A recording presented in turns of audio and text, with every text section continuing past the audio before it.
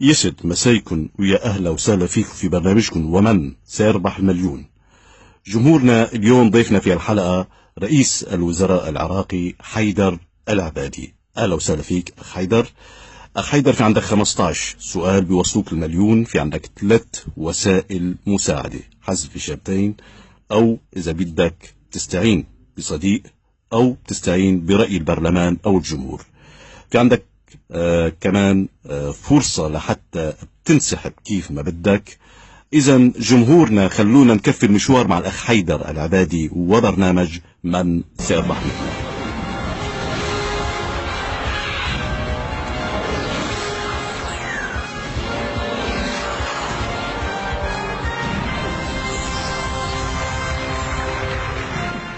كمان بدنا نرحب برفيق حيدر العبادي إياد علاوي، إجا معه لحتى يشجعوا في هالمشوار من برنامج من سيربح مليون. إذا جمهورنا بنبدي مع الأخ حيدر العبادي رئيس وزراء العراق في هذا المشوار، ومع السؤال الأول: متى تتحسن الكهرباء؟ 2100، 2200، سنة 2300، سنة 2400؟ بصراحة يعني الكهرباء وضعها كلش داج، ما أعتقد أنه تتحسن حتى بال2500، فأختار الاختيار الرابع. كتير من الجواب إن شاء الله. إذن اختيار حيدر العبادي للجواب رقم 4 جواب صح، صاروا 200 ريال.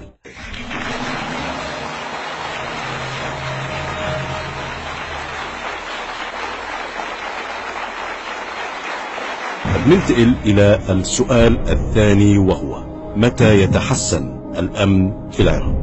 2400، 2500، 2600، 2700؟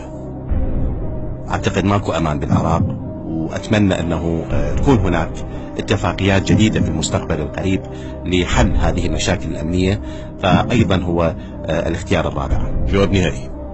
جواب نهائي. جواب صح، صاروا 400 ريال.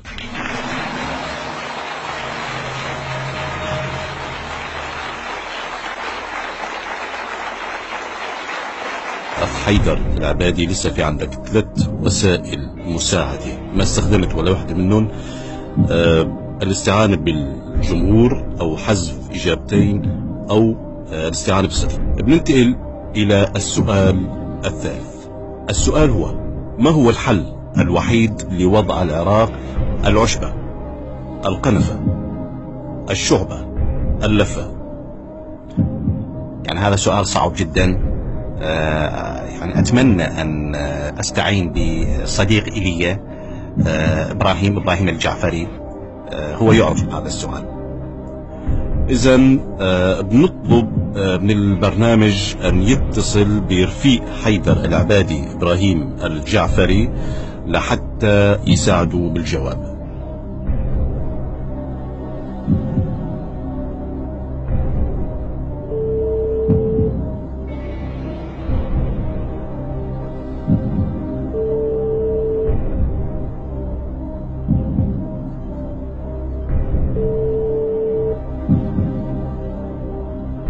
ألو، مساء الخير.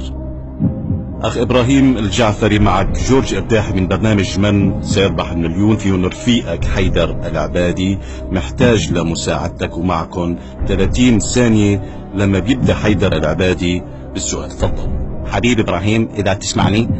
السؤال هو: ما هو الحل الوحيد لوضع العراق العشبة، أم اللفة، أم الشعبة، أم القنفة؟ بصراحة هذا السؤال كونفوشيوسي، يعني ما أعرف شلون أقول لك، بس أكيد هو القنفة. القنفة هي تقوم بإصلاحات كثيرة للشعب العراقي، وأيضا هناك تنسيق في المستقبل إن شاء الله. سوف نعطي إلى كل عائلة عراقية قنفة من الممكن أن تحل من خلالها كل المشاكل المستعصية لإخراج القنطم من عنق الزجاجة. لسه في عندك وسيلتين مساعدة: استعانة برأي الجمهور، أو حذف إجابتين. أنا أفضل أيضا أن أخذ رأي البرلمان والجمهور. إذا جمهورنا حضروا حالكم للأخ حيدر العبادي. السؤال هو: ما هو الحل الوحيد لوضع العراق؟ هل هو العشبة أم القنفة أم اللفة أم الشعبة؟ البرلمان أعطاك نسبة 95%. الاختيار الثاني هو القنفة. أنا أشوف أنه أستعمل الوسيلة الثالثة وهي حذف الإجابتين.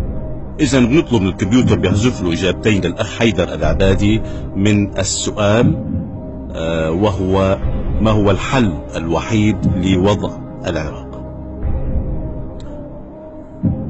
غريب، حذف لك الجواب الأول وحذف لك الاختيار الثاني. طال عندك الاختيار الثالث والرابع: القنفة أم العشبة؟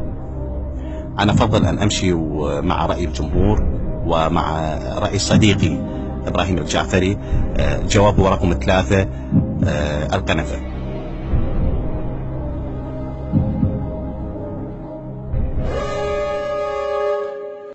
للأسف أخ حيدر العبادي، بتمنى لك الموفقية من جوات قلبي. الجواب خطأ.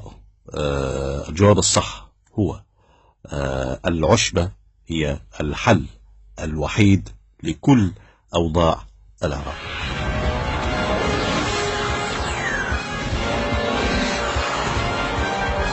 تحية كبيرة للأخ حيدر العبادي، بنتمنى له الموفقية. أيضا تحية كبيرة لرفيقه وحبيب قلبه إياد علاوي. إذا كان بيعرف إياد علاوي بالجواب بالنسبة